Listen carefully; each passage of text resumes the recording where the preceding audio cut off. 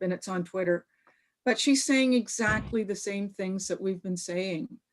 That, okay, this thing about the green belt is classic bait and switch. Let's talk to people about how great we are about the green belt and start the engagement, which, can, it just makes people think, gee, they're a nice bunch of people. That's great. But I mean, you got to realize they haven't promised anything. And that it's very convenient timing when so much pressure is starting to build up against the things that they're doing. So, so we have my resolution being sent out to all these other chairs and mayors and so on, and they're all saying the same thing, basically. We've got the deadline and we're working to the deadline, but I found the one that we just got back from the chair of Durham region to be quite enlightening, that they're in the same position that our planner told me that a lot of municipalities are in, is that they're going to have trouble meeting the deadline, and they've asked for extensions and they're not being given them. So that's why our planner was in favor of the resolution. He thought maybe we might get some more time, and we're still not getting it. So it makes it all the more important to keep pushing, but I feel that we're not getting anywhere because people don't know enough, don't understand what's at stake, and they don't understand that there is a strategy behind the provincial government to get this all done, to enrich people who are already rich and get it done before the next election. So, but so much is at stake, and I realized that we should use the opportunity that they've given us, which is planned to 2051, and highlight that that's the same date that we have to get to net zero.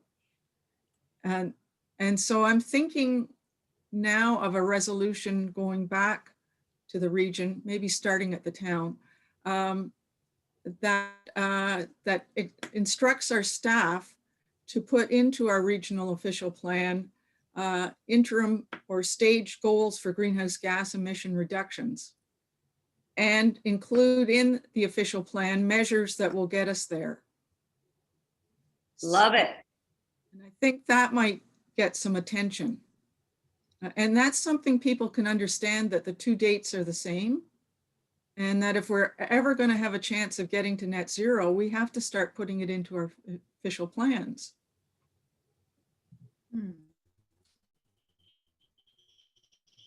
So that's where, I mean, I just watched the YouTube and said, thank you, Diane, for saying the same things and saying, so clearly that we're being scammed, we're being tricked by our own government at a time when it's critical that we all get on the same page and act together.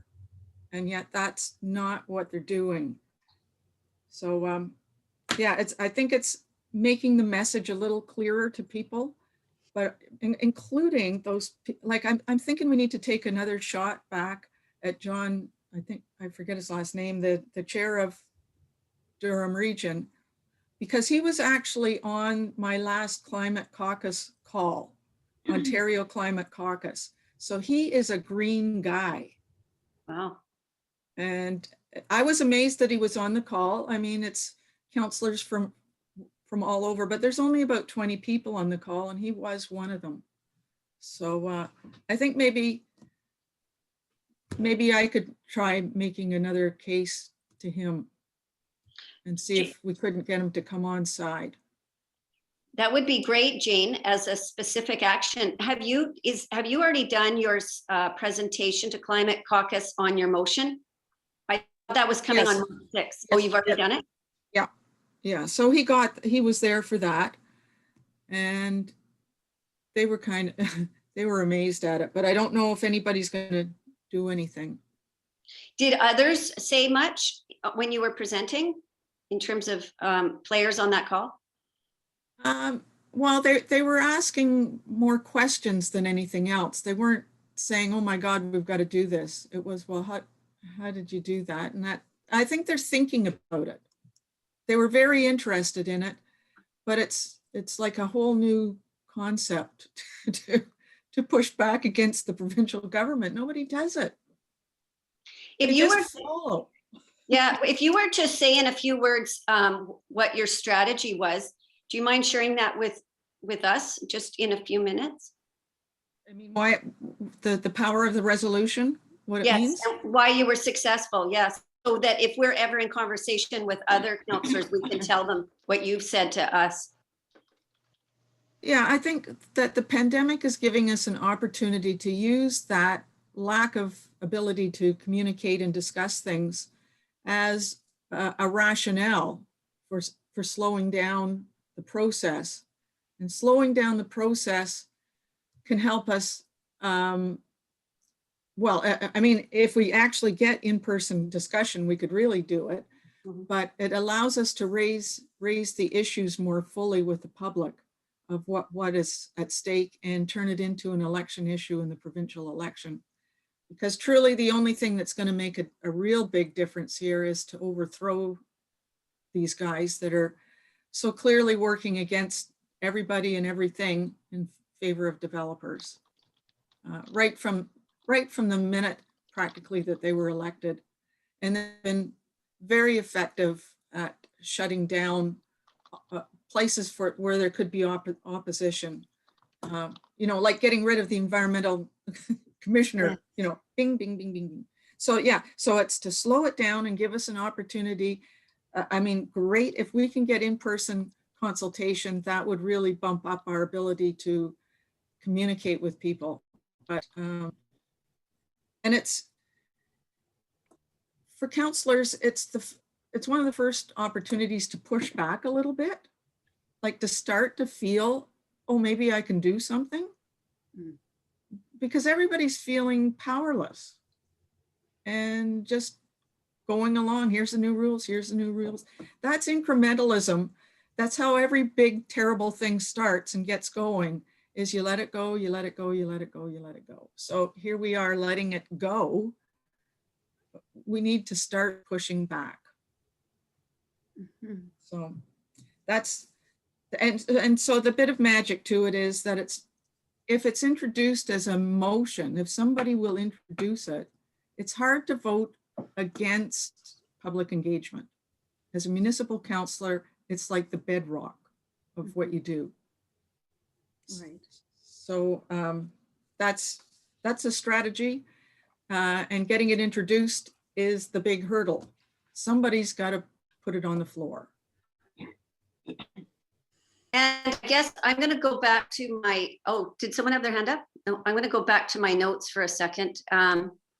So I guess that's our next response. One of the things that you were thinking we could do is letters written in response to Minister Clark. Do you see, you're going to write one, Jane, and we've seen your draft. Do you think this is one helpful tool to bring energy to this issue? Yeah, I do in the local context. If those letters are going and getting published in Oakville and Burlington, are reading them and so on, that's great to start getting that going. It's a good idea. Okay, and maybe we can chat a little bit about what that might look like. Andrea, is your hand up? No. Oh, sorry, we can't hear you, Andrea. Sorry. I had a thought about that. Does anybody know Chris Stote? No. He's a former councillor. You would know him, Louise. Yeah. It seems to me he would be somewhat, if you've read any of his articles, he wrote an article about, I think it was about sprawl in the same newspaper about a month or so ago. Okay. And I'm wondering if anybody knows him, if they might be able to persuade him to write a rebuttal to this in the Oakville News. Well, he was in one of my spinning classes, so Really? I know him as the guy on the next bike. I could give him a shout. I'd be willing to ask him. Sure. Great. So let's in an email thread pursue that as an option. And because we're low on time, I want to move on to how can we as GAS support Jane's motion in all the greater Golden Horseshoe municipalities and quickly. We have a good group going in Hamilton now, and we think we have a motioner. he was a former conservative federal cabinet minister, and he's good at building consensus. We also have Nancy's in contact with the wonderful writer of the article from the Toronto Star that was about the slam dunk on developers, with Jenny LaForce standing in front of the Columbine in her blue coat. He's on this for the Hamilton region, but how do we now move into expanding what we're doing? So I don't know if Leila, do you get this Mira piece? Do you want to share your screen? Would you? So, sorry, what do you mean, do I get it? Oh, did I send you this link? You did, yeah. And do you mind if we talk about it and you share it from your screen? Just because I'm having a hard time zooming because of my mouse pad. Oh, I see what you're saying. Okay, give me 1 second, sure. Okay, thanks. So while she's bringing that up, it's kind of a timeline of how we go with this. We know in Halton how we did it because we were all part of it. How do we replicate this across the entire region? And we have some people who can have some ideas. And we also, I guess, have to think about what is our own network personally. Someone like Carol, who used to live in Niagara on the Lake, she has connections. Who are our friends and relatives that we could connect with and get the word out really quick, simultaneously across the greater Golden Horseshoe? And while she's setting up, Jane, is this something we should be looking across Ontario or focus on the greater Golden Horseshoe? Because I think there's an Ottawa group that's very interested in this issue because they have a lot of agricultural lands with sprawl. It's a good question because obviously they're not in the greater Golden Horseshoe, so they don't have the same places to grow legislation, or do they? I'm not sure because they're a regional municipality. I'd have to look into that and see. But regardless, they'd probably be interested in it. Same thing, because there's a lot of pressure in Ottawa to grow. I mean, Yeah, there's a regional municipality of Sudbury as well, but they may not have the same issues there. I've got my sister in Ottawa, Michelle, in Yes. her crowd.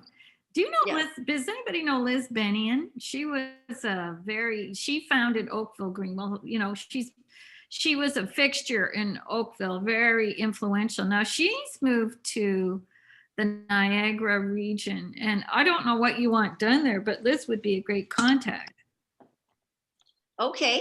There's somebody that contacted me on my Facebook page yesterday in the Niagara region who is really spearheading something now because we talked quite a lot yesterday. So it'd be great if those two could connect.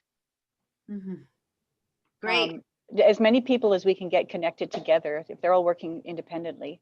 I think Liz has sued the Niagara Parks Commission because they were selling off land to developers. I'm not kidding. She's done court cases. She's Wow. a tough cookie. Well, she started off as a journalist, so she.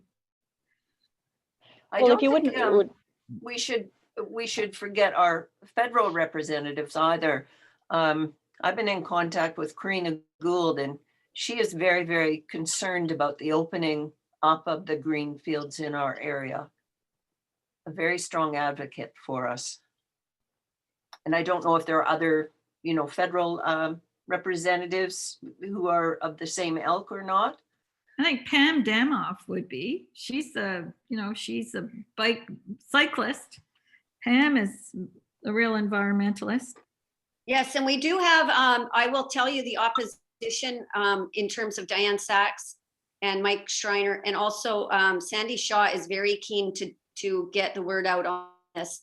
So maybe we can add opposition parties and federal MPs on our politician forum idea under pink. So this is a timeline picture. I wonder, I guess you can't take up the whole screen, Leila? It's too bad. It's So smaller. the option to show it full screen is on the viewer. So if you go up, it is full screen on mine. So if you Oh, that's my problem. Okay, Yeah. thank you. Yeah. So I need to go standard. Oh, there we go. Perfect. I'm glad you mentioned that. Yeah, there's also an option if you go up to, if you're only seeing part of the screen, there's an option to go up to the top where the little green bar comes down, right? So if you hover, there's a little green bar comes down and it says view options, and it says you're seeing Lela's screen, and then it'll say you have some options there. So you can view it 100% or fit in Okay. window or whatever. So there are lots of options for how you see it. So that's for everybody. If you go up beside that green bar and go to 100%. Excellent. And maybe we'll go to the beginning section. So all at the same time, we can be looking at getting the word out to the public, social media, networks and outreach, which we've already talked a little bit about. I didn't spell politicians very well.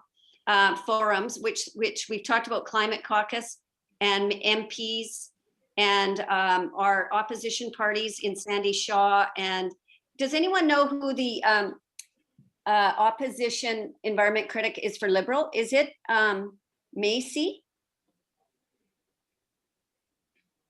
at the Ontario level? No? I'm going Okay. to try and look it up. Well, thanks, Nancy. And then Leila, you had a really good idea about local planning timelines. Could you speak to that? Yes, I can. And I also think that I'm not really able to edit this very well. I'm running into some difficulties. So you might still be the best person to Okay. see the screen. So a couple of things. This has all been really is all really interesting. And thank you, Jane, because really like enlightening. And this is kind of what has inspired two particular groups in the For Our Kids Network to come forward and see, can we collaborate provincially in the face of all these. Now, their thought is beyond, like, not necessarily the official plans. They were thinking all of the, local issues that are happening around Ottawa with land use and then Highway 413 and all of those things. So I'll stop sharing, Michelle, so you can share yours. Sorry. Okay. So a couple of things provincially, yeah, we're having, and Michelle may have mentioned this, but we are having like a session on Wednesday morning, which is, we've got like outreach to like provincial groups that are, and we're basically going to do kind of the same thing as strategize how we can collaborate. So how we can support campaigns that are already underway and amplify those and really get support building for them. So the one thing I was sharing with Michelle, to get to the point, is that what we've found in campaigns that we've run, that I'm sure you are aware of, is that the way it hits people, the way people get involved, the way it really resonates with them is when you bring it down to a local level. So doing one of the things we're hoping to get out of our strategy session on Wednesday is to sort of divide up tasks, and one of them being research on, in different municipalities, what is the deadline that they have for their official plan? What are the initiatives underway and the groups that are working on different land uses in a particular area? And so really get a good knowledge and awareness of what the local issues are that are related to this. And that way, that will really draw people in. So I loved the idea, Jane, you were mentioning about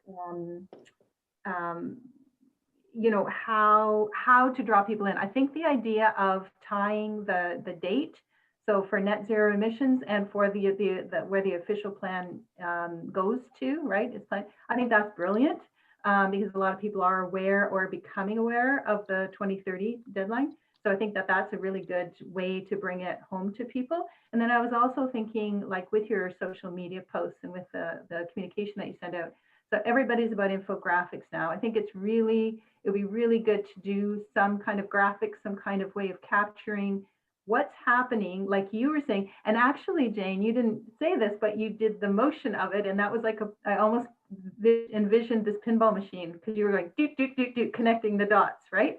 Of all of the actions. And I think that would be a brilliant kind of infographic to sort of pull home for people. Hey, look at all of these things that are happening in all these places, and what is the picture that it's drawing, and how does that impact you where you are? So anyway, those are just a couple of thoughts, but definitely we have a network of parents in the Ottawa area who are connected to networks of other groups, and the same in the Toronto area. There are some parent groups also in other areas, but not as involved. So definitely, I think being part of this sort of collaborative effort good for all of us here. So Yeah, you Leila, which group, you're saying Ottawa, do you have any, and you have a new group starting for Mississauga? Is Mississauga an area that we should be focused on as well? Are you asking me? Oh, well, they will be. So the new group, the new group covers kind of, it sort of overlaps with you because it's Mississauga, Oakville, Burlington, Okay. Hamilton. It's huge.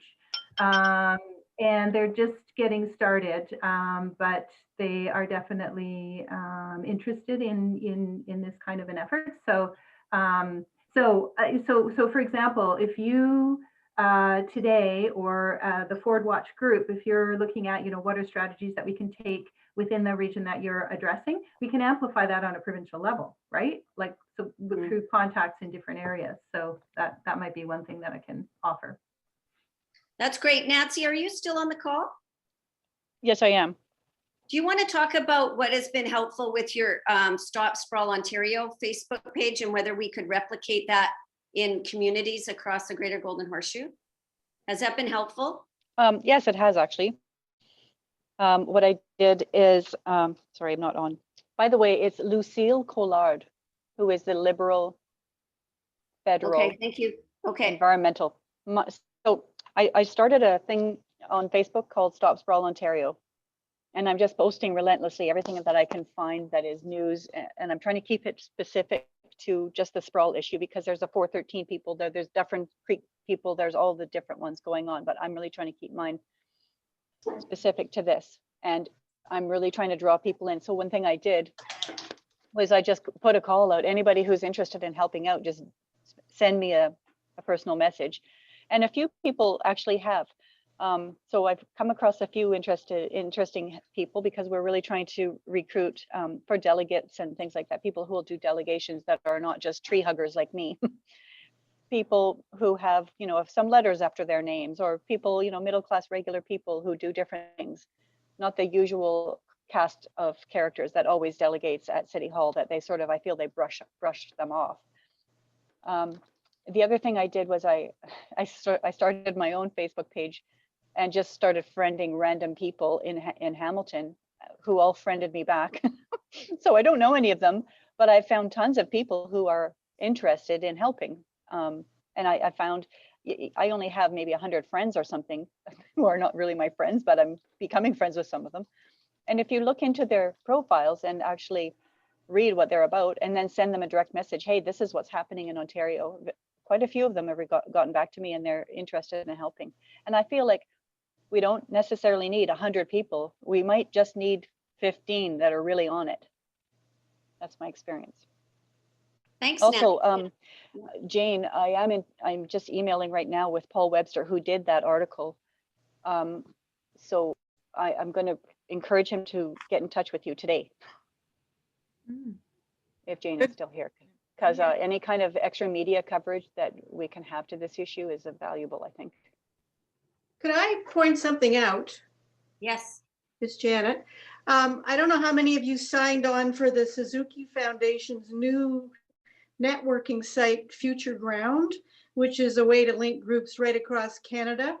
But you can set up your own little regional group within that. And plus they offer all kinds of things like graphic design. You're talking about infographics.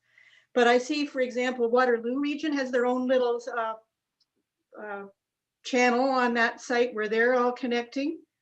So like have the rest of you signed on for Future I Ground? actually did. Yeah, I did. And I missed their first webinar. I was driving and trying to listen to it at the same time. But yes, it's really their aim is to get people in the same areas to unite. So that's an excellent suggestion. Do they have a website where they have listed all the regions that are starting to come together?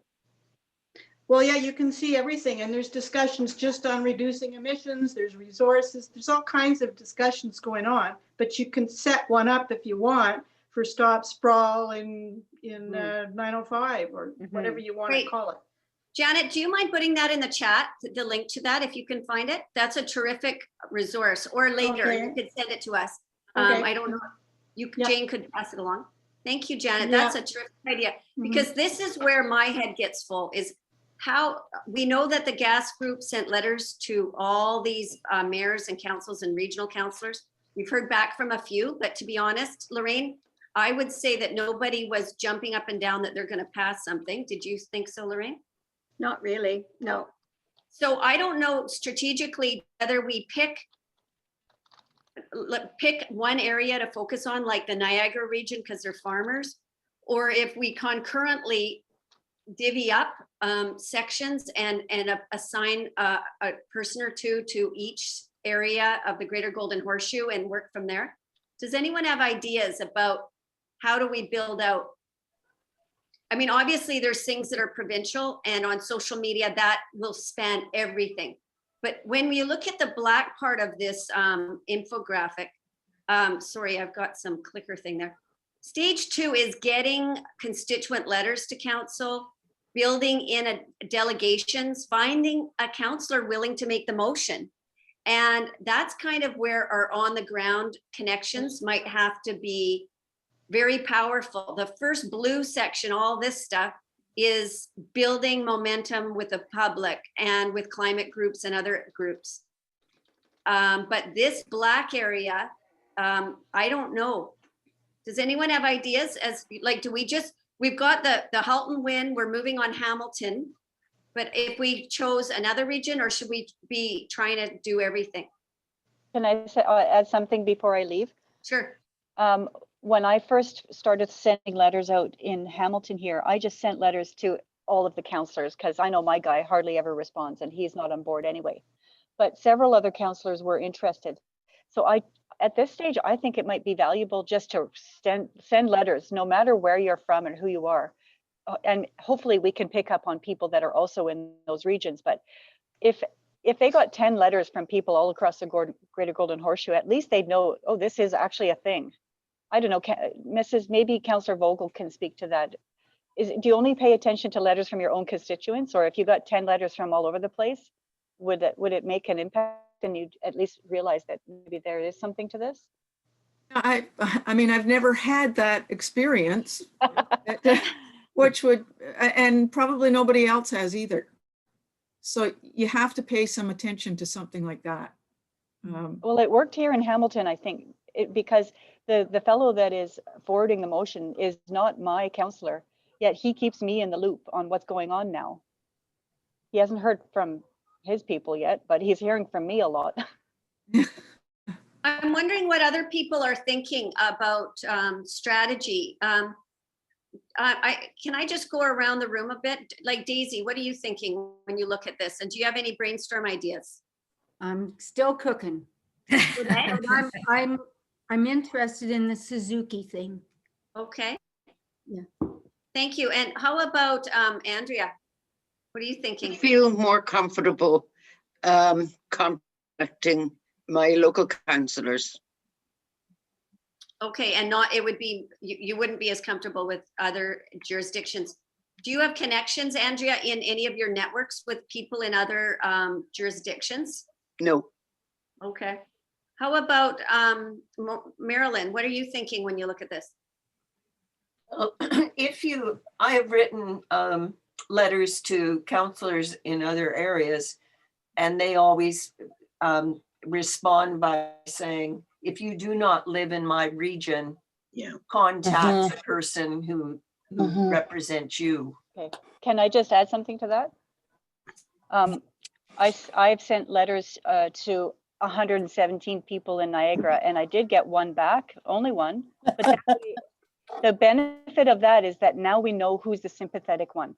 And the same thing with Carolyn Parrish, who is the councillor from Mississauga. She's gotten back to me several times. So it's a good way of identifying who's sympathetic, because if they don't care about it, they're not going to answer you. But if they're actually interested, they'll write back and say, interesting. It's just a way of picking out the ones that maybe are allies. And with that, I'm going to have to leave you folks. So thank you. Thank you, for the Nancy. meeting. Thank you, Nancy. Okay. Yeah, I wrote a letter about defunding the police to a bunch of Halton councillors, and I'm in Hamilton. And I got those kind of angry letters back saying, you're not a constituent, but like Nancy, there was one or two that wrote back and said, give me a call. We might have things in common. So that was interesting. Marilyn, what do you Any other thoughts, Marilyn? No, not at the moment, I don't. How about Sherry? What are you thinking? Well, I'm listening here, lots of thoughts going through my mind. I tend to agree with Andrea that that the response is often, contact your own counselor. Mhm. I'd like to define the areas that we're talking about. When we I can talk do that. about Yeah, focusing on other areas in the Golden Horseshoe, I would like some definition of which areas we're talking about, and then maybe we can think about who we know in those areas. sure. I'll And- pull up a map. Thank you. That's a great idea. And I love Janet's idea about the Suzuki Foundation. I mean, it's just crazy having people working in pockets when we can work together. It just makes such sense. But I feel a little foggy here because I don't know which areas you're talking about. So I can't, like, are we talking about St. Catharines? Are we talking, I mean, which areas are we considering focusing on? Okay, I can give you the broad strokes of what the geographic area is. It's all of Niagara. Then you go up to Waterloo and then start going east and up to Aurelia. Right. And Lose the then, connection when I Peterborough. go there. And south. So I have to stay around here. Is that what we're talking about? All the way up to Aurelia and Peterborough? yeah, I'm going to share. Oh, I had no idea. So I'm just thinking about this issue of what it feels like to be a counselor getting something from outside. Somebody And, needs to mute Naheed. Naheed. Oh, yeah, good. Yeah, just All right, did, there yeah. So what I think we probably need to get environmental, some group or something in those other municipalities to make the pitch. Yes. Yes, and so that's on our list of connecting with other groups. And Leila, I don't know if you mentioned who all those groups are, but do you mind sharing the ones that are going to be at our planning meeting on Wednesday? Yeah, so we're still getting people responding, but I can tell you who we reached out to, which was Environmental Defense and Nature Ontario, and the Stop Highway 413 group, Ecology Ottawa. I've reached out to the First Nations communities that border on London here, because I just want to make sure that we at some point, it may not be for Wednesday's meeting, but that we are aware of the different initiatives that they have happening and that we're at least not distracting from them. Supporting them would be the best, but at least not sort of distracting or getting in the way of theirs. And I'm sorry that I can't remember all the rest of them, but yeah, quite a few. Although I don't know why Nancy's gone from the call now, but I don't remember if Stop Sprawl is one of them. So I will reach out to her separately, but she's also part of this group. So we don't want to like add a whole bunch of layers to things that are already happening. And I think just mentioning the David Suzuki Foundation, I think that's great for a regional group, because then you would find out very quickly who are the other groups that are involved in your area. And I think that's awesome. And if we could do that in different areas across Ontario, and then work on a collaborative piece. And so the group that we're trying to pull together, like, is going to need to be fairly small, like not a lot of people. It's going to need to be fairly representative of the different areas. And then I think the work gets bigger as you get down to the local regions, right? What if we wrote a justification, like an explanation and the resolution, and ask them to consider approaching their council to do the same thing, and gave them why. They all got the same thing. I think a definition would be really, really helpful. Yeah. And Jean, are you saying just individuals we know? Because GASP has sent a letter of rationale with your motion to all the councillors, but you're talking about engaged citizenry? Yeah, I'm talking about environmental groups who could, Oh. in their own geographic area, their own riding, their own whatever, Yeah. approach their counselors to do something similar. But we've got to make the case so it's clearly understood. Yeah. Um, I think get a that's piece huge. put together. And I think you, well, for my opinion, Jane, I think you hit on it earlier when you talked about tying those two dates together. Like, I honestly think that that's a really, really a point that's going to resonate with a lot of people because they are already aware of the 2030 date, right, for net zero emissions. So now, mind you, that won't be the same in all jurisdictions, right? Like, not all municipalities will be on the same timeline. Yeah, they are. And they're all on the same timeline for this regional official plan coming into compliance with the new legislation, which is July 2022. Okay. Okay, thank you. That's helpful. Now, some of them it's easier than others, but that doesn't matter from our point of view. We're trying to connect the dots for people. It'll tell them what's going on and make it more understandable, even if they fail to get a resolution passed. They can start their own campaigns and educating other people about it. Absolutely. I mean, sorry, I don't mean to talk, but connect the dots, I think is actually an awesome compilation statement for all of this that's going on. I think that really is the key part for people. I mean, just this morning, there was an announcement that London, where I am, has this new slogan. Our new slogan is "Don't Tell Toronto." And it's to get more people from Toronto to move to London. In consultation with whom? Who wants this? Who wants this? We're already spreading way past where we need to be, right? And I mean, you get people coming in from Toronto, they're not going to buy, I mean, some of them might buy a condo downtown, but those are already like, past capacity. No, they're going to spread further out here across the road from me in the farm with large houses that they can afford, right? So yeah, I think connecting the dots is really key here. I also like Death by a Thousand Cuts. I mean, that's a great sort of an animated cartoon of, environmental commissioner, poof, disappearing, conservation authorities weakened. I mean, there's so many things they've done to weaken environmentalism. Louise, on that note, when we look at, the For Our Kids group is going to research what timelines are for official plans.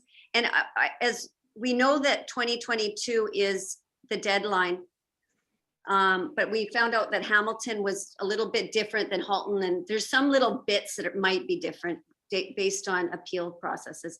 But outreach and raising awareness, which is, with the public, and then advocate meeting with local and provincial elected officials and campaigning on social media. That raise awareness piece. Louise, do you think your education team could have a role in this? Oh, I have no idea. I think actually, I think this group is probably better.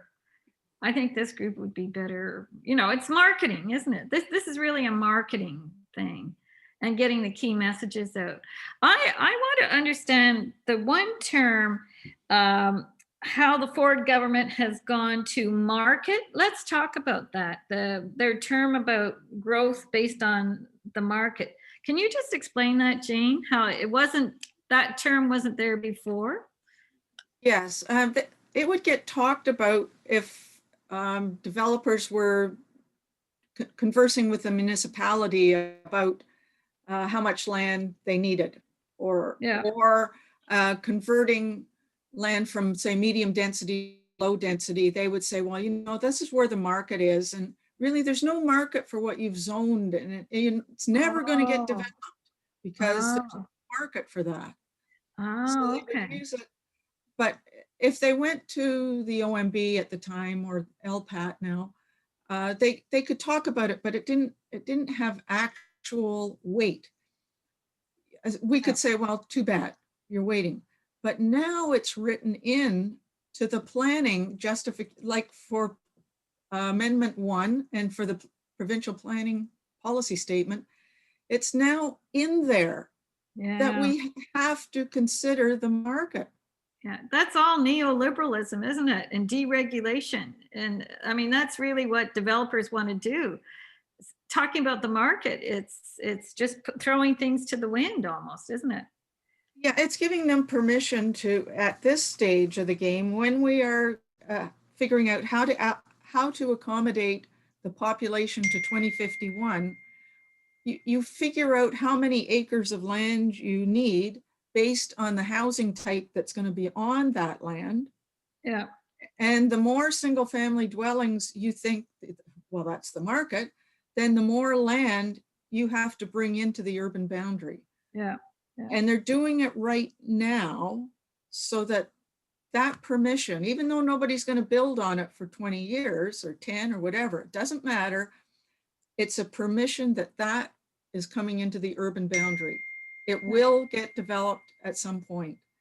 And they could decide at some point to build something different than sprawl on it. But right now, they want that market so that they can expand that area that gets taken in to the maximum. Yeah. Jane, I don't know, this may be a foolish question, but what can the province do if you do not have your official plan in place by the time designated by them? Yeah, well, we don't know what they would do there. They have a lot of power insofar as they transfer a lot of funds to municipalities. Like when it comes to ambulance service, or it comes to social housing and so on, a lot of money comes from the province. So they could underfund us, I suppose. I don't see them throwing us in jail. That's it, like they've just done, they've sent out this letter saying, like, you've got to do this, you've got to do this. But, it's an interesting question, what they would really do in a democratic province. I'm really not afraid of what it is, but they do have powers. Yeah. It's just things that have never been done. Yeah, they could. Others have missed deadlines before and nothing happened. Yeah, I was going to say they could certainly discredit you, right? I mean, that seems to be something that they Tried in the letter. are fond of doing.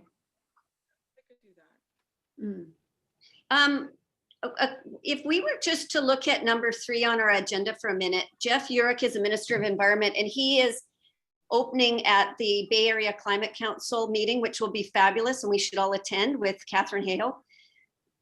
And also Taika Newton, who we know from CANRAC. But Jane, when you were on that webinar with Linda Lukasik as a panelist, could you see all the participants the way we can see each other?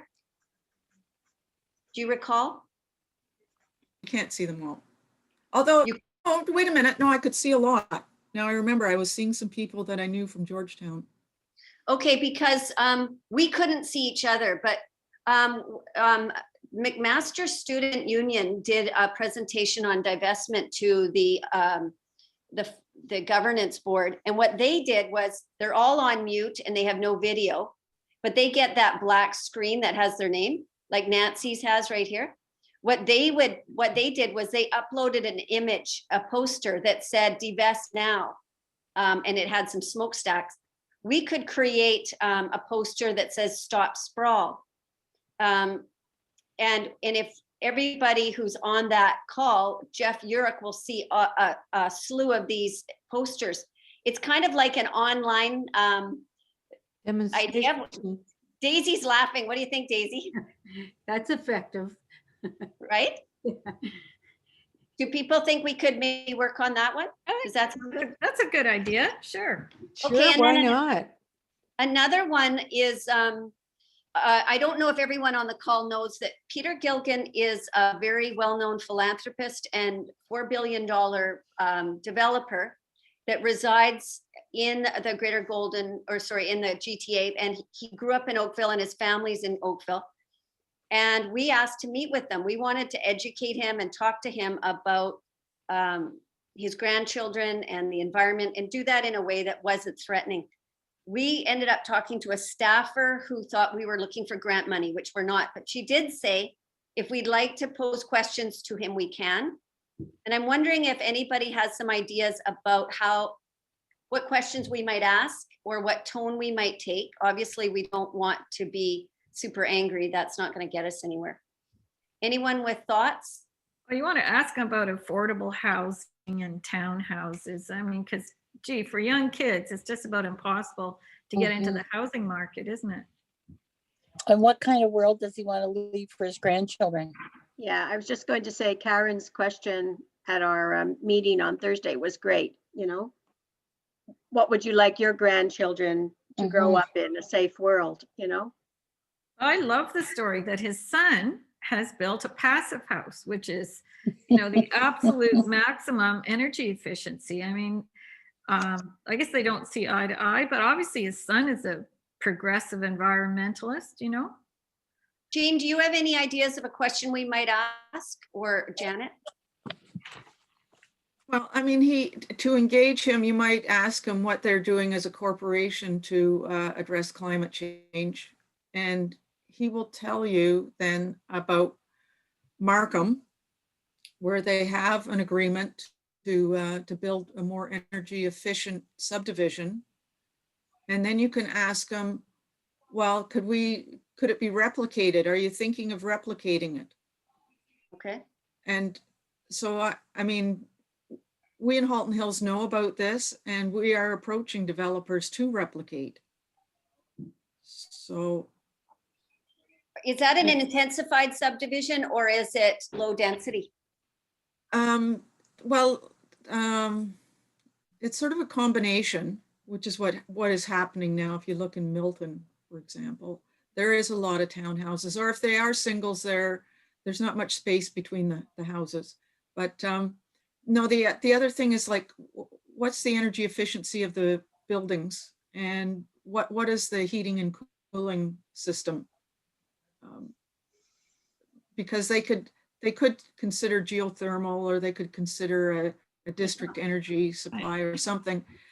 But upgraded, are they building to R2000, or that?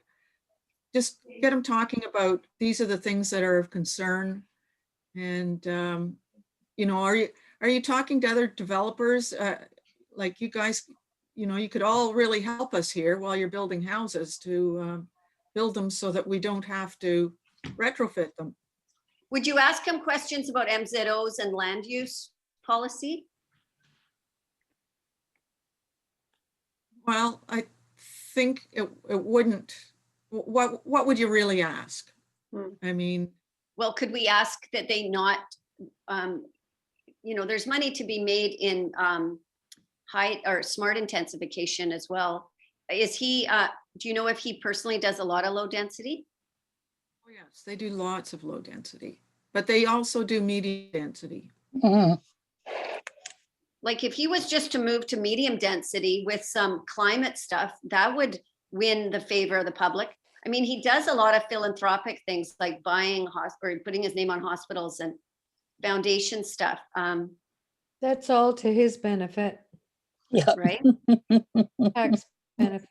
So just to explain though, that Mattamy, like all the other developers, is at the table when we draw up the secondary plan to say where the density will be.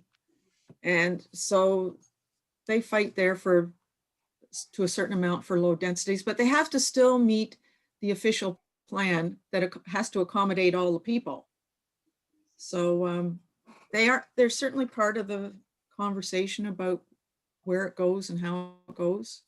Jane, what I didn't understand and I guess it was a ruse, when Mr. Clark was saying in his comments to you that we have to focus on population and we have to address population, but his plan is low density. Like it's actually opposite of what he's talking to you about. So we have to realize that we're talking incremental changes, that we're still going to have to accommodate the population, and there will still be density. Yes, of course. It's a question of proportion. And right now, this definition of the market. Okay, we have to have so much market there. So that's where the argument is going on about how we shape the community at the stage where we're doing the official plan and we're saying where it's going to go and how it's going to go. And they'll be there arguing, well, you know, we have to have this much low density to have this mix of things. And then they're arguing that it goes on forever till 2051. So do you think they'd want 80% market, you know, low density? Or is it that high? It's about half, Okay, I think. I'd have to go back and check. yeah. Don from Hamilton 350 said that the word climate wasn't mentioned once in a 300-page document of late that was submitted in Hamilton. Like, this is taking the climate lens and throwing it out the window, is it not, Jane?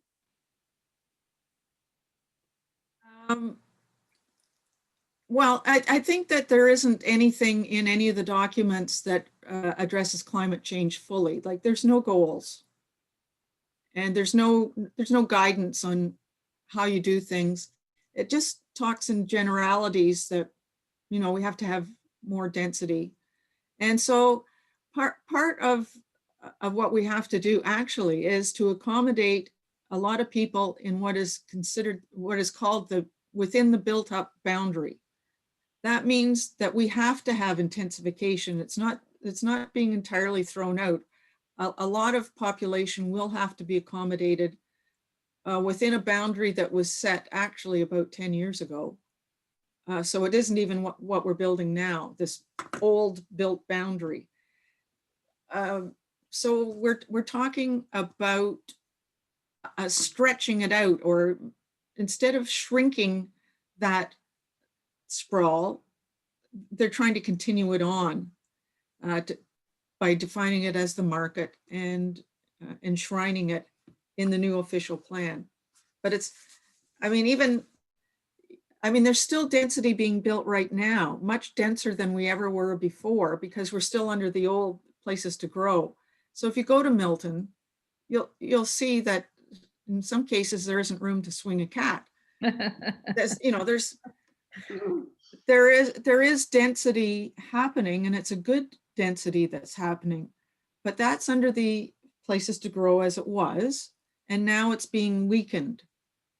It's not throwing out everything. It's not saying we're just going to build sprawl. It's an incremental change that will create more sprawl, not from sea to sea, but every municipality will get more. And the big thing is follow the money, because it's that designation of land required that expands by how you calculate the area you need to accommodate this many in intensified areas and this many in single family dwellings. Okay. And it really is a follow the money thing. If you know who owns all the land, you can see who benefits. And certainly the municipalities know who those are, but it's not widely displayed anywhere. So our planning staff knows all the different developers who are right now in the Vision Georgetown land. The general public doesn't actually know. They can ask, but there's no sign up on the property that says, well, this strip is Mattamy, and this strip is Charleston, and this strip is Remington. It's unknown, but that would be the case all around the GTA. They own the land. They own most of the land between Georgetown and the 401. They're not trying to get all of it into this next official plan to 2051, but wherever it goes, they own it. Yeah. So one of the people on a Hamilton call said that, and Alan Algar has spoke about this in the media, that there is a problem with some councillors, and I'm not talking about Halton right now, I'm talking about the entire province. In fact, a York prof did a study of 60 municipalities where it was shown that there's a very high rate of developer funding of municipal councillor campaigns because it's not cheap to run a campaign. And Ellen Algar was actually mentioned in the piece I read. And we're not talking about Halton now, we're talking about the rest of the province. Do you think that we should keep quiet on that issue, the connection between developers and councillors, because we're trying to build consensus for COVID? Or do we blow the lid off that and do some exposure? Yeah, I don't think we go there Okay. right now. I think it's more that who's going to profit from the land, and it is the developers, whether, and right now they don't need to buy councillors. The councillors are just going along. They're just following what the province says. You know? These are the rules, follow the rules, stay out of trouble. It'll be fine. I know that some people want to leave in a second, and if others could stay on, that would be terrific. I just want to mention that we were given a connected issue, the Stop the Fort 13 Saturday, March 20th event. They'd ask us to bring our 413 sign or make one, or they'll give us one, and look at the major intersections for about half an hour in Georgetown at Guelph Street at Mountain View. Janet, do you know anything about this? Do you want to speak to it? Well, it's just what it says. We're going to have signs available for those who don't have one. And I've already put the word out to 300 subscribers that we have. But it would be great if you would do it down there. Just pick a busy intersection, stand on the four corners for half an hour, hold up signs 6 feet apart, and make sure the papers know you're going to do it, so that they'll put you in the paper. Okay, that sounds good. We did have a great photo op in Oakville at Louise's house on Saturday with quite a few guests that turned out holding the highway Stop 413 signs. And that got posted on social media on Saturday and Sunday. So it was a good turnout. It was terrific. And kudos to Brian, Louise's husband, who took beautiful photos. And the weather was so perfect. Yeah, it worked out Fantastic. really well.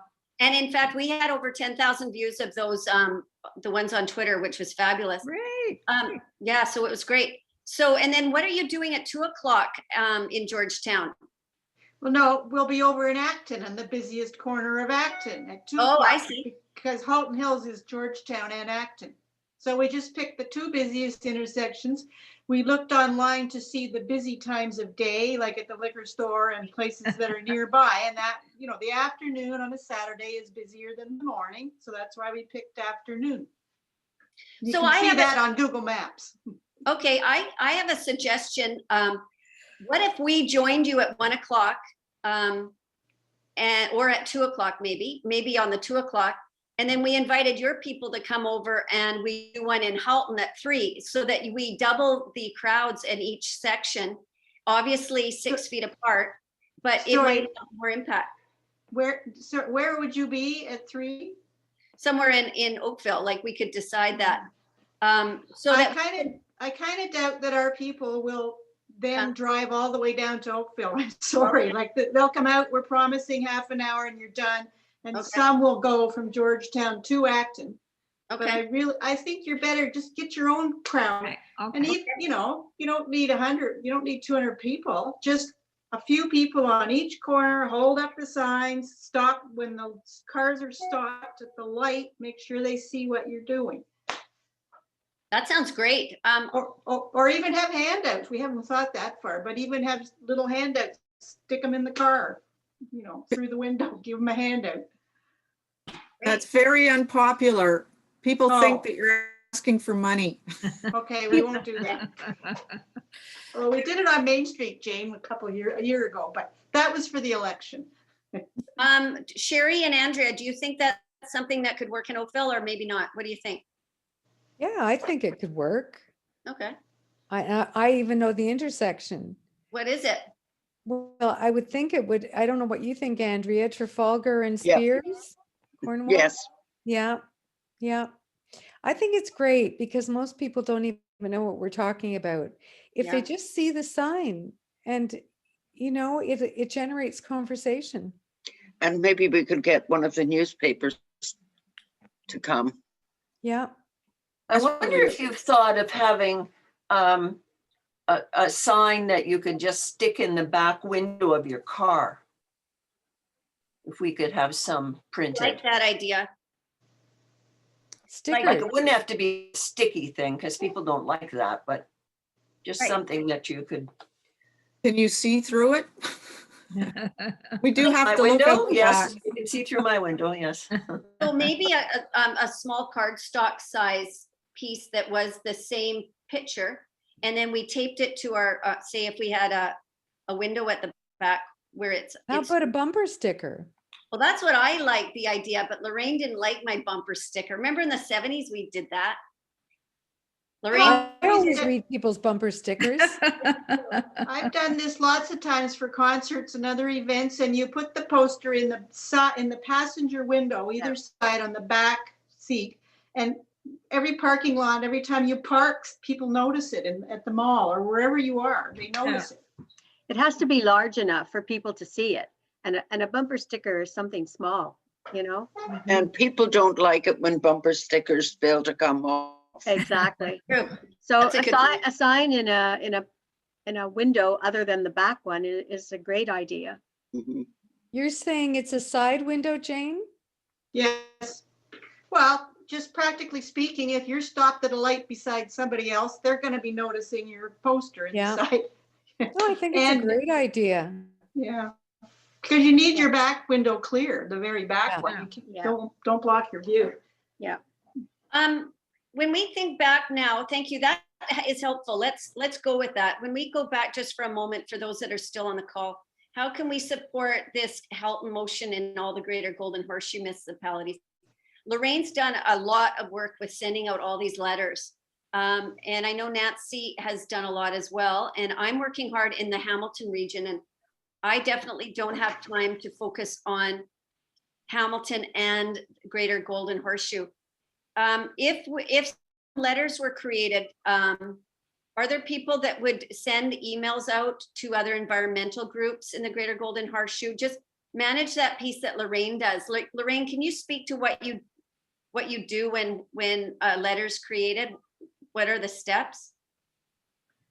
Well, first of all, you have to do the research and figure out who you're writing to. So you need to look up the regional chairs, the mayors, and the regional councillor to get all of their email addresses.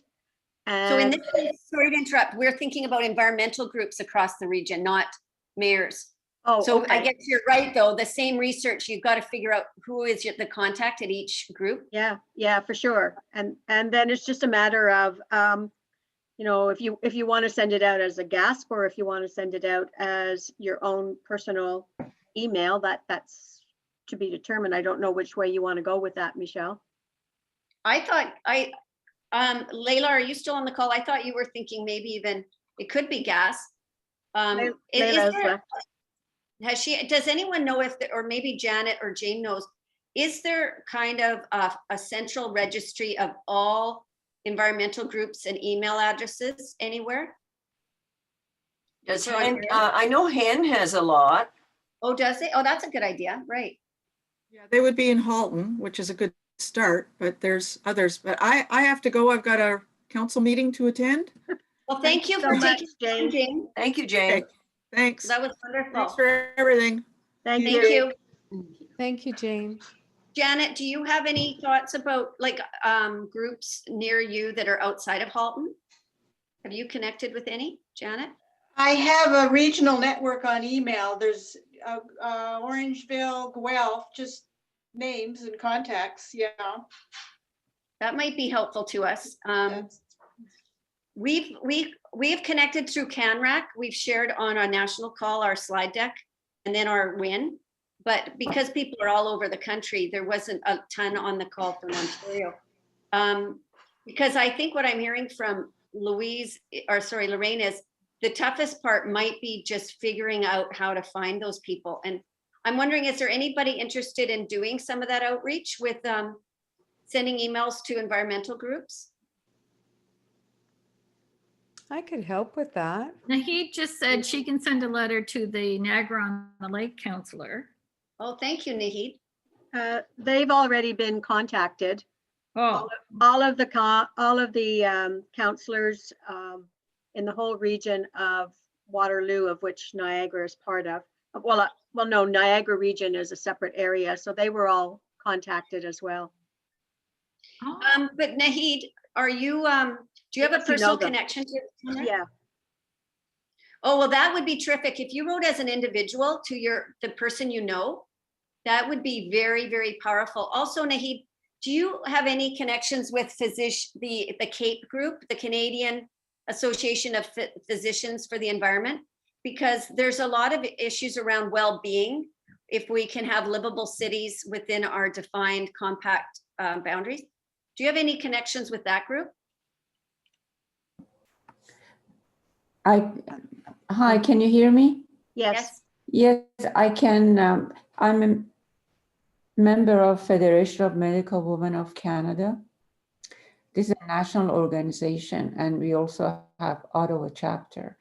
And we have written letters before the CAPE group, and I can do that. I do need to help with the letter, the content, and what the ask is. Okay. I'm willing to help. That would be terrific. And I know for Hamilton, we'd love CAPE because we already have a motioner to urge the city to adopt this delay motion.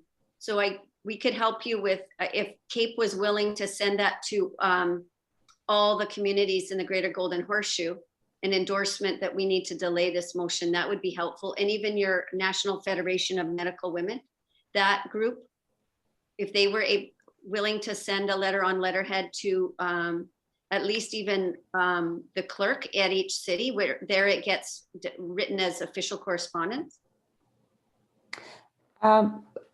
We do need to connect it to health issues, particularly women's health. That's the kind of a lens we need to argue. Okay. But it can be done. The issue is always have a draft letter that then, the Federation can edit and make it more reflective of what their mission is. The Women, Peace and Security is a very strong focus of the Federation.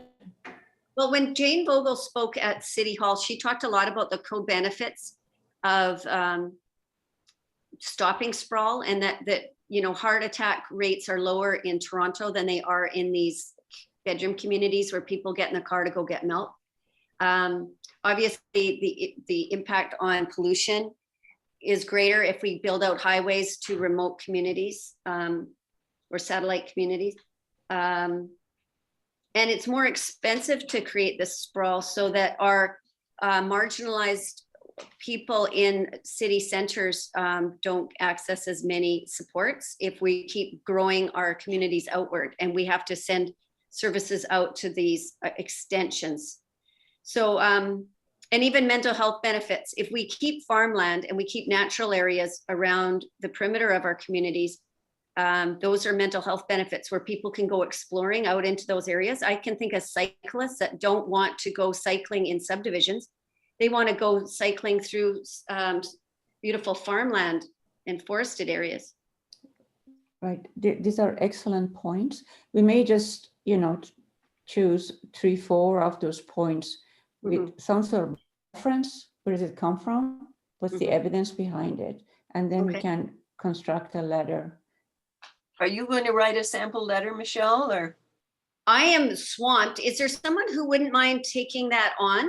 And then what we do typically is someone writes a skeleton, and then I send it to Sherry or Lorraine or Carol or Louise or whoever is, or Kathy or whoever's helpful, and then we get more eyes on it. But to be honest, the Hamilton issues are really swamping me. I have a meeting today at 4 with the energy person in Hamilton, tomorrow with Bianca from the Bay Area. We have a 4 o'clock meeting tomorrow afternoon with the Hamilton team.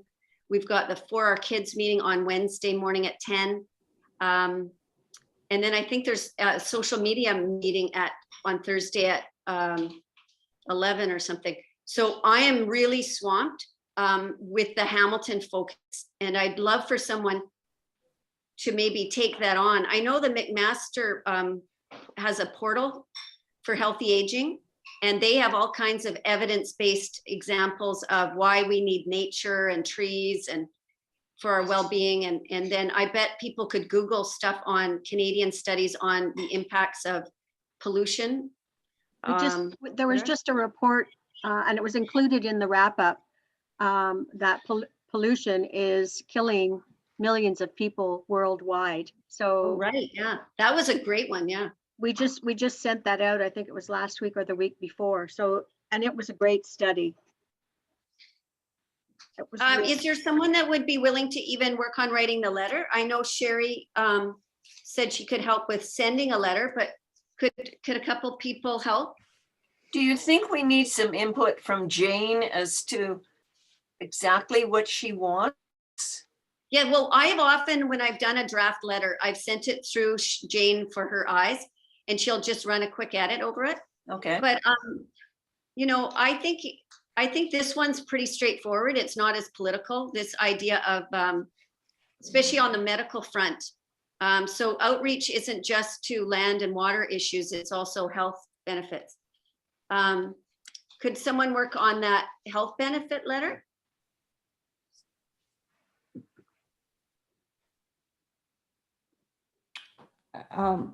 As I mentioned, if we have 3-4 points in a point format with the reference to support that claim, and also some clarity on what the ask is. I have a medical student that maybe we can work to make a letter, in a letter format, and then we ask for input. I can do it. I'm still here. I'm just listening into you guys while I'm at work. Oh, thanks, Nancy. So there's one on pollution, and it was in the wrap up. And then the well-being one is on McMaster. So we don't even have to write the letter then. We just want to make the key points with a reference. And then there's I'm wondering if it might be an idea to have Naheed's student work on it as well. I think that's an excellent idea. And then Nancy could add her thoughts to it. So would I mean, if the student works on it, and then we, what I'll do is I'll just sort of make the connections between sprawl and health, maybe, and it'll be a collaborative effort. How about that? I think that's a good idea. do you think the student would take on a little bit of the research piece, or not really? I don't think so, unless they are hired as a summer student. At this point, they're very busy with their training. I think if the points are given with the reference and say, put it together in a language, but still would need editing afterwards, I'm sure. Okay.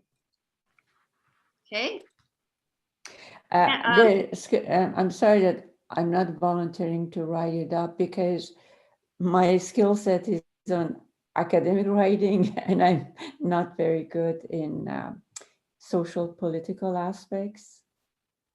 You're probably better than you think so, but yeah, we're okay with that. We're okay with that. So with other groups, we probably have a template, even from the GASP group, the one that Lorraine and others worked on, that could be it could just be finessed to instead of talking to council, it could be talking to environmental groups. When you're nodding, Lorraine, you think so? Okay, so we could send that out. I can send you the copy of the one of the letters that we sent. Okay, especially to the regional counselors and chairs. And then you can Nancy, just massage it and make it into a different letter.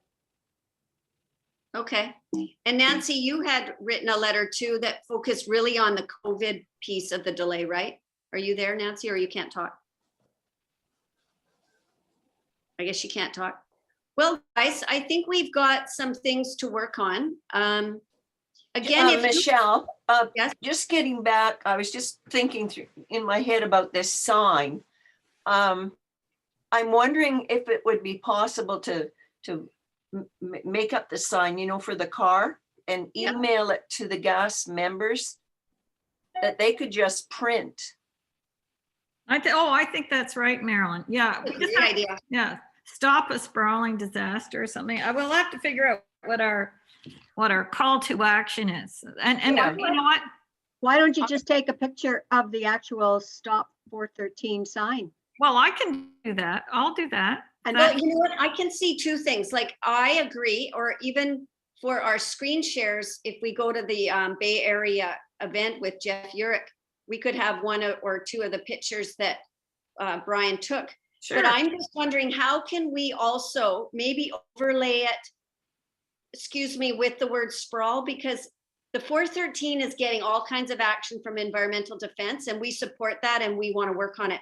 But this issue of land use is not getting the same energy and attention. And that's kind of why we're taking it on. And if we use all our eggs in our basket for 413, then we're not really hitting on this issue, which is land use, which is the whole reason they're expanding the highways, is to accommodate their new land use, market driven, right? Well, So how about what's our- taking a screenshot from Stop Sprawl Facebook page? Yeah. That's a good idea. There's a I'm- good idea, sure. I'm And I happy have to a make friend it across the on. street who could work on something. She does beautiful marketing, and she said she Okay. would help us. Okay, So we're just doing, like, what I'm thinking though, if we're stopping the Highway 413, mhm, that is certainly saving the land yes, and reducing the sprawl there. I don't think a lot of people, I think out here in Burlington, have a clue about what this is about. true. So the sign should, to us, it's obvious the connection, but the Yeah. sign should make the connection. I love that, Sherry. Yes. That's part of the educating, right? So We what think would it's you have on the obvious, sign, but- Sherry? What would be on the sign? Oh, I'd have to think about that, but something catchy, right? Something catchy with the two concepts, the stopping sprawl and Well, why don't what we think about it? they Yeah. have, we want farms and forests, not pavement. I don't like that. You don't like it? It's too long, right? I just think it sounds really tree huggy-ish. Okay. That's what environmental I defense. know, Yeah. I know. So you just, How about Don't Pay Boat, like that Joni Mitchell song? Yeah, Paving over Because you Paradigm. can combine the 413 and paving over. Well, Or let's being think it paradise. over. And, Yeah, you know, what we could do is maybe send an email out to all our membership and saying we want a catchy, you know, sign that we can display in our cars, what should it be? combining the sprawl with the Highway 413. love that. I think that's a great idea. The other And one, then when we decide what that's going to be, then you can email it out, we can print it, and then you could just paste it on a piece, you know, of thin cardboard that would Yeah. stick up in your window. yes, and then also use it as an image on our screen. I think that's great. You know, I remember Layla said she loved how Jane said, connect the dots. That's an interesting tagline. And there's so many dots and Right? people aren't connecting them. I No, think they're it's great not. visual as well. Yeah. Yes, a visual. We need The other one was somebody- stop sprawl. Is stop sprawl just too blah? I don't know. I think we have to include the highway. No, we can do, no, both. So you Yeah. have a picture of the 413 emblem from Environmental Defense. And then you have maybe stop sprawl running across it diagonally or at the top, just to connect those two issues, right? Yeah. Mhm. Well, let's send it out to our membership. We've got some really bright people on out there who might come up with some really good ideas. Yeah. We need it for March 9th. The other thing in our Hamilton group they mentioned is we have to work backwards in terms of our thinking. We've actually got to be nimble and quick again. My goodness, we just were nimble and quick. But for Hamilton, for example, this is going to their city council on March 29th. That's only 28 days away. And then I don't know with other councils what's happening, but March 9th might be a really good time to create some energy with Jeff Urich, but we have to also we've got to be fast out of the gate. And I think also letters, as we didn't spend time much on it at the beginning of our meeting, but sending in a letter in support of Jane to the Beaver and also, or sorry, to the Oakville News. The other thing that Nancy brought up, which I didn't know, she said, if you go to the website for Oakville News, you can read Jane's letter and Minister Clark's letter. And below there's a little spot for comments. And she said there's more comments supporting Clark than there are Jane. Yeah. Oh, no. Well, lots And of she said- developers in Oakville. Right? So she said, even if you are comfortable sending a letter to the editor or you send it in and it doesn't get used, even if you write, way to go, Jane, we agree with you, or something just Yeah. short and snappy. I wonder if that's something we could all do today. I'm going to go off this call and do it. She just told me about that. She said, what if we flooded all the comments under Jane's and under Minister Clark's, we could, respectfully disagree and make a comment or two about some inaccuracies in what he's saying. Like one of his primary comments is that she didn't talk about the Greenbelt. Well, she wasn't at the official plan to talk about the Greenbelt. She was there to talk about land use strategies. He's pivoting, as she said, bait and switch. That's not Right. what she was there to do. That's right. That's right. Do people agree with that? Yep. Yes. And Sounds good. And then we can just keep our email chain going with ideas we come up with. So Louise was kind enough to take notes for us. And I'm wondering if, Louise, you don't mind sending those notes out to everybody with the action items. It'll take And- me like hours, like, I've got 8 pages here. I don't know. Anyway. Well, if you can condense them. I mean, she also recorded this, but maybe just the actions. And I can share with you what my agenda looked like, but I'm heading into another meeting that I have to prepare for with City Hall energy guy this afternoon. Okay, just the actions. All right, let's see. Yeah, just the actions. And you can work off my agenda, Louise, if you want, and then you don't have to reinvent the wheel too So much. you're gonna send me the agenda now? Yeah. Okay, good. So thank you, everyone. And a big thank you to those of you who have been so hardworking on this with letters to the editor, delegating, social media. It's been terrific. It's, many hands make light work.